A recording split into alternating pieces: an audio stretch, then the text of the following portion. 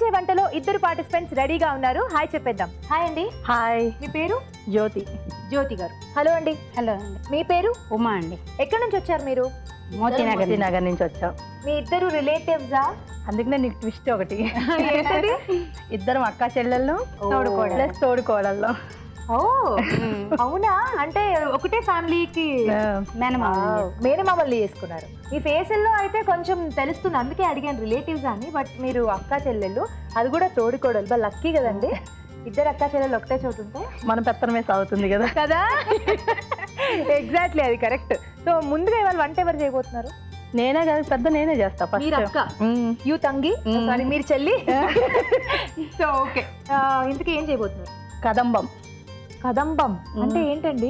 ఎప్పుడు వినలేదు. అంటే విన్నాను కానీ ఎలా చేస్తారు నాకు ఐడియా లేదు. అంటే అన్ని పప్పు దినుసులు, అన్ని కూరగాయ ముక్కలతో కలిపి అనమాట. ఓహో, సో కదంబం అంటే అన్ని కలిపినది, పప్పులు కూరగాయలు మిక్స్డ్ అనమాట, చేసి చేసేది. ఓకే, స్టార్ట్ చేద్దామా? చేద్దాం.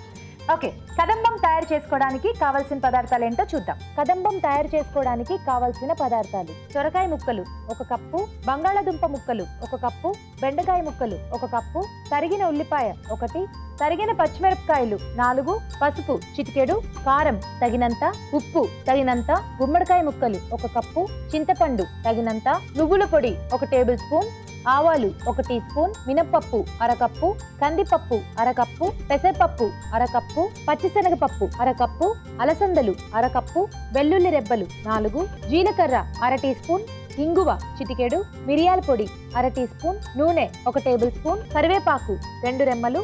కావాల్సిన పదార్థాలు చూసాం కదా. జ్యోతి గారు రెడీ? స్టార్ట్ చేద్దామా? చేద్దాం. సో ముందుగా, అమ్మో చాలా ఇంగ్రీడియంట్స్ ఉన్నాయి కదా, మీరే అన్నారు కదా అన్ని రకాల పప్పులు కూరగాయలు అని చెప్పి, మేబీ అందుకే. అంటే ఇవాళ రేపు పిల్లలు కందిపంపే ఇష్టం, లేదంటే పెసరపప్పే ఇష్టం, లేకపోతే ఏది అంటారు. అన్ని అంటే పోషకాహారాలు అసలు ఎవరు తినట్లేదు పిల్లలు. ఇలా మనం మిక్స్డ్గా చేసాం అనుకో, ఇలా లాగిచ్చేస్తారు అనమాట. చూద్దాం అయితే. ముందుగా ఏం చేసుకోవాలి? బంగాళదుంప ముక్కలు, బెండకాయలు, సొరకాయ ముక్కలు, గుమ్మడికాయ ముక్కలు, ఉల్లిపాయ ముక్కలు ఇవన్నీ ఉడికించేసుకోవాలి. ఉల్లిపాయలతో సహా ఉడికించేసుకోవాలి. ఓకే. నెక్స్ట్ వచ్చేసి మామూలు కందిపప్పు, మినప్పప్పు, శనగపప్పు, పెసరపప్పు, అలసందలు ఇవి కూడా ఉడికించుకోవాలి. ఓకే, అన్ని రకాల పప్పులు, అన్ని రకాల కూరగాయలు ఉడికించేసుకోవాలి. ఈ ప్రాసెస్ కొంచెం ఈజీ అండి. అన్ని ఒకటేసారి కుక్కర్ లో వేసేసి ఉడికించేస్తాము, అయిపోతుంది. సో ఆ రెండు ఉడికించేసుకున్నాక మీరు ఆల్రెడీ ఉడికించి తెచ్చారా? తీసుకొచ్చాను. ఓకే, కూరగాయ ముక్కలన్నీ ఉడికించేసాను. ఓకే, అలాగే పప్పు దినుసులు కూడా మొత్తం ఇట్లా ఉడికించేసుకోవాలి. ఓకే, సో ఉడికించేసుకుంటే ఇలా కొంచెం పేస్ట్ లాగా వస్తుంది అనమాట. సో అలసందలు కూడా వేశారు కదా ఇందులో, కాబట్టి కొంచెం పేస్ట్ లాగా అవుతుంది. కొంచెం కచ్చా పచ్చగా ఉడికించినట్టున్నారు కదా కొంచెం. సో ఈ పప్పులన్నీ కూడా మీరు ఉడికించినవి నానబెట్టి ఉడికించారా, డైరెక్ట్ గా ఉడికించారా? అలసందలు ఒక్కటే నానబెట్టాలి మనం, ఎందుకంటే ఆ యాసిడ్ అలా వేస్తే ఉడకమన్నమాట. కొంచెం 1 గంట సేపు నానబెట్టేసి వాటితో పాటు వేస్తే ఉడికిపోతుంది మెత్తగా అనమాట. ఎస్పెషల్లీ ఇది కదంబం అనేది అమ్మవారికి ఎక్కువ నైవేద్యంగా పెడతాం, అమ్మవారికి ఇష్టం కదా. అమ్మవారిని ఆల్రెడీ శాకంబరి దేవిగా కూడా మనం పూజ చేస్తుంటాం కాబట్టి ఇవన్నీ వేసి కూడా అమ్మవారికి మనం నైవేద్యం పెడతాం. ఓకే, మరి స్టార్ట్ చేద్దాం. చేద్దాం. సో ముందుగా ఏం చేసుకోవాలండి? ఇవి ఆల్రెడీ ఉడికిచ్చేసుకున్నాం కదా, ఇప్పుడు ఇందులో కొంచెం ఆయిల్ వేసుకుందాం. ఓకే, ఇది మాత్రం ఆయిల్ పడుతుంది, మరి చేతికి అంటుకోకుండా ఉంటుంది. ఓకే, ఇది మనం అన్నంలోకి కలుపుకోవచ్చు, మనం చపాతీలోకి పూరిలోకి కూడా కలుపుకోవచ్చు అన్నమాట. తినచ్చు, బాగుంటుంది. నెక్స్ట్ ఆయిల్ వేడెక్కింది కదా, ఇందులో కొంచెం మినపప్పు, పోపుకి సరిపడా అన్నమాట. అంటే ఆల్రెడీ మినపప్పు ఇందులో వేసి ఉడికించాం కాబట్టి ఎక్కువ అవసరం లేదు. ఆవాలు,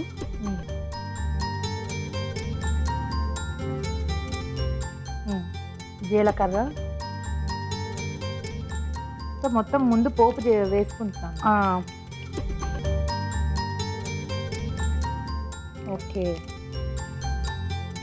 ఇలా చిటపట అంటే మనకి పోపు వేగినట్టు అనమాట అర్థం. ఓకేనా? ఓకే, సో చిటపట అంటే వేగిపోయాను చెప్తున్నాయి అన్నమాట. అంతే. ఓకే, ఇంకొంచెం ఎక్కువ అన్నాయంటే మాడిపోయాను. ఇందులో కొంచెం చిన్నులపాయలు వేసుకోవాలి. ఓకే, చిన్నులపాయలు ఎందుకంటే మనకి కొలెస్ట్రాల్ తగ్గిస్తుంది, మంచిది కూడా, టేస్ట్ కూడా ఇస్తుంది. నెక్స్ట్ అండి, ఇప్పుడు ఇందులో కొంచెం మనం ఉడకబెట్టుకున్నాం కదా ఆల్రెడీ కూరగాయ ముక్కలు వేసుకోవాలి. ఓకే,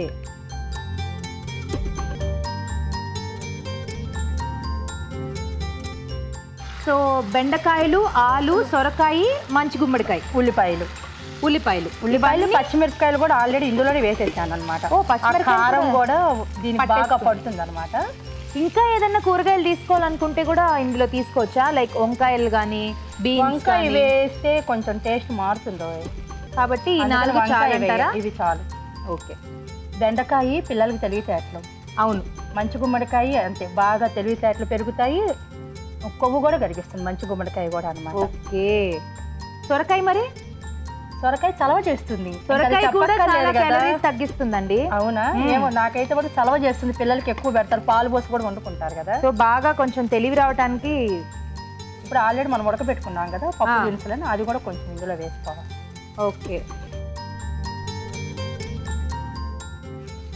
ఇది ఒక కలిపేసుకో.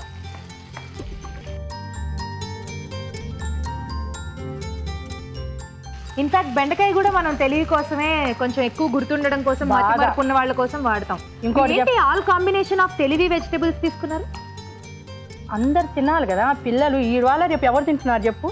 అవును. బెండకాయ తిండి ఇంకోటి ఏంటంటే ఆడవాళ్ళకి మోకాలు నొప్పులు, ఇవాళ ఒబెసిటీ వల్ల కానీ విడిగా అటు ఇటు తిరగడం వల్ల చాకరీ వల్ల కానీ మోకాలు నొప్పులు వస్తున్నాయి. అదే బెండకాయ కనుక తీసుకుంటే జిగురు ఎక్కువ ఉండి మోకాలు నొప్పులు కూడా రాకుండా. No explanation. ప్రతి కూరగాయకి ఒక స్పెషాలిటీ ఉందండి. కాబట్టి కూరగాయలు ఏవైనా సరే ఓకే. తెలివితేటలనే కాదు, ఆడవాళ్ళ మోకాలు నొప్పులు కూడా తగ్గిస్తుంది. మీరు మోకాళ్ళలో జిగురు తక్కువైపోయింది, మేము నడవలేకుండా బాధపడక్కర్లేదు. రోజు మార్చి రోజున శుభ్రంగా బాధపడలేదండి. సో ఇదన్నీ ఆల్రెడీ ఉడికాయి కాబట్టి పెద్దగా సరి టైం పట్టదు అనుకో. ఇందులో కొంచెం చింతపండు అన్నమాట, గుజ్జు. ఓకే.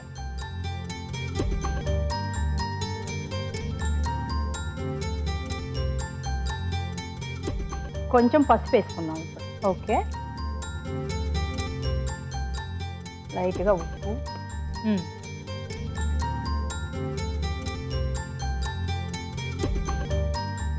కొంచెం కారం. ఎందుకంటే ఆల్రెడీ పచ్చిమిరపకాయలు వేసుకున్నాం కాబట్టి ఎక్కువ కారం పట్టదు. ఓకే. కొంచెం సరిపోతుంది. కొంచెం మిరియాల పొడి. మిరియాలు దేనికి వాడతారు? ఏమో నాకు తెలిసి ఘాటుగా ఉండటానికి వాడతారండి. వాతం గీతం, ఒంట్లో ఏమైనా వాతం గీతం ఉంటే పోవటానికి వాడతారు మిరియాలు. ఓ, ఇంగువ. అయితే దేనికి వాడతారు? డైజెషన్ కి వాడతారు. డైజెషన్ మంచి కమ్మటి వాసనకు కూడా వాడతారు. నేను స్మెల్ కోసం అని చెప్పకుండా కొంచెం డీప్కి వెళ్ళా. కాబట్టి నువ్వు ఇంకా తెలుసుకోవాల్సిన చాలా ఉందని అర్థమైందా? అండి, తెలియాల్సింది కొండంత ఉంది. మొత్తానికి ఇది సర్వరోగ నివారిణి అన్నమాట. ఇందులో అన్నీ మనకు కావాల్సిన స్ట్రెంగ్త్ ఉంది, టేస్ట్ ఉంది, తెలివితేటలకి కావాల్సిన ఇంగ్రీడియంట్స్ ఉన్నాయి, డైజెషన్ అమ్మో ఒకటేంటి అన్నీ ఉన్నాయి. బాగా గుర్తించావే. నేను అంతేలేండి. ఇంకేమన్నా వేసుకోవాలా అండి? కరేపాకు. ఓకే. కరేపాకు పచ్చిది ఇట్లా, ఎందుకంటే నూనెలో వేసుకుంటే దాని ఇదంతా పోతుంది. ఇప్పుడు వాసన, ఇప్పుడు చెప్పు. నూనెలో వేసుకుంటే వాసన, పచ్చిది వేసామనుకో మంచి స్మెల్ వస్తుంది. బాగా పీల్చు. ఏమండి వచ్చిందా? ఇంకా నేను మరీ ఎక్కువ దగ్గరికి వెళ్ళానంటే నా ముక్కు అంతే. స్టవ్ ఆఫ్ చేసే చెప్తా. ఓకే, అయిపోయిందా? ఉంది, ఇంకా ఒక నిమిషం ఆగు. ఓకే. ఏమండి మీరు బాగా డామినేటింగ్ కదండి. ఇంకా డౌటా నీకు? ఇందాకే అన్నారుగా పెత్తనం మాదే అని. మీరు బాగా సైలెంట్ అండి. మా చెల్లెని చూస్తే అర్థం అవ్వట్లేదా నీకు? తెలుసు, అక్క చెప్తే సరే ఏదైనా. సో మీకు పెళ్ళైన ఎన్నేళ్ళకి మీ సిస్టర్కి మ్యారేజ్ అయింది? 5 years. 5 ఏళ్ళు. సో మీరు వెళ్ళి అక్కడ అన్ని సెట్, ఐ మీన్ అన్ని సెట్ చేసేసి బాగుంది అనుకుని మీరే కుదిర్చారా ఏంటి సంబంధం? లేదు, అసలు మేము ఆల్రెడీ మేము ఇద్దరం పుట్టంగానే అనేసుకున్నారు. పెద్దవాడిని పెద్దమ్మాయి, చిన్నవాడిని చిన్నమ్మాయి. సూపర్ అండి, వెరీ గుడ్. అంటే మా అమ్మకి ఏదో వేస్తానన్నారు, అంటే కొంచెం లాస్ట్ కి ఫినిషింగ్ టచ్ ఇవ్వాలి కదా నీకు. ఇవ్వండి. నువ్వుల పొడి వేడిగా ఉన్నప్పుడు వేయకూడదు, చేదు వస్తుంది. అందుకని కొంచెం స్టవ్ ఆఫ్ చేసిన తర్వాత వేసుకోవాలంట నువ్వుల పొడి. వేసుకుందామా నువ్వుల పొడి? చాలండి. కానీ ఇక్కడ మాత్రం మీరు డామినేటింగ్ గా మీరే గెలవాలనుకుంటే కుదరదు సుమి. ఏ వంట అలా ఏమీ లేదు, అలా ఏమీ లేదు. అయిపోయినట్టే? అయిపోయింది, అంతే. ఓకే, సర్వ్ చేసుకుందామండి. రెడీ. దీనికి యాక్చువల్గా ఇంకో పేరు కూడా ఉంది తెలుసా? కెందాత. కేరళలో అలా పిలుస్తారు అనమాట. కేరళ వంటకమా? కేరళలో కూడా ఇలానే చేస్తారు. ఎక్కడైనా అమ్మవారు ఒకటే కదా మనకి, అవును. అక్కడ ఈ పేరుతో చేస్తారనమాట ఈ వంటకం. చాలా చాలా కొత్త కొత్త పేర్లు ఉన్నాయి కదా ఈ వంటకి. సరుబోల్లో తీసుకున్నాము. యా,